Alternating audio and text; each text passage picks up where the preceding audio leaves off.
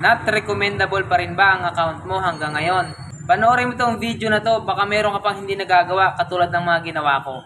Unang-una po sa lahat ng ginawa ko ay yung tinatawag na show more. Sa mga hindi pa po nakakaalam kung ano yung show more, yun po ay yung gagamit ka ng ibang cellphone at ibang account. Tapos pupunta ka dun sa reels mo, i-click mo yung mga video mo, tapos sa bandang baba, meron kang makikita ang tatlong tuldok, i-click nyo lang po yun, at doon yung makikita yung show more. Tapos i-click nyo po yung show more. Pangalawa po sa ginawa ko, kinompleto ko po lahat yung details dito sa aking profile. Dahil meron po nakapagsabi sa akin na isa rin yan sa mga dahilan kung bakit hindi nagiging recommendable yung ating account kapag yan po ay hindi kumpleto. Dahil iniisip ni Facebook na fake account ang ating ginagamit. Kaya kailangan pong kumpletuhin yan. Pati po yung daily checklist, kailangan nyo rin kumpletuhin araw-araw para makita ni Facebook na update tayo. Pangatlo po sa ginawa ko, in-erase ko po lahat ng mga shared post ko sa timeline ko. Yan po sa wall ko. Kung mapapansin nyo, wala na ako mga shared post ngayon. Lalo na po yung may mga music na video na sinishare natin. Isa po yan sa mga pwedeng maging dahilan kung bakit tayo hindi magiging recommendable kay Facebook. In-erase ko din po yung lahat ng video na in-upload ko na meron ding music. Ang sunod ko pong ginawa ay in-erase ko na rin yung lahat ng mga remix reels na in-upload ko. Kasi meron din nakapagsabi na pwede rin niya maging dahilan kung bakit hindi tayo magiging recommendable.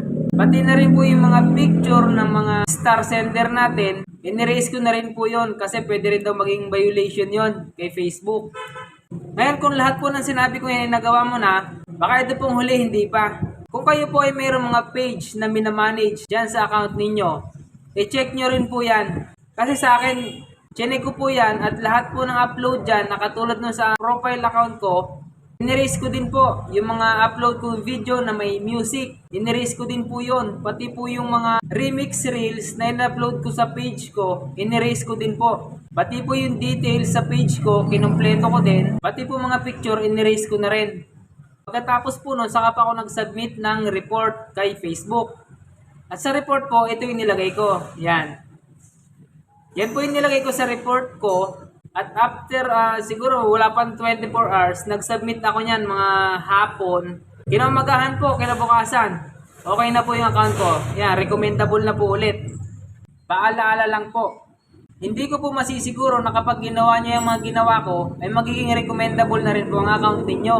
Dahil baka po meron pa kayong ibang violation na nagawa kay Facebook. Kaya check nyo po mabuti yung account ninyo at saka yung mga alerts ninyo. Baka meron po dyan mga nakatagong violation. Ano po?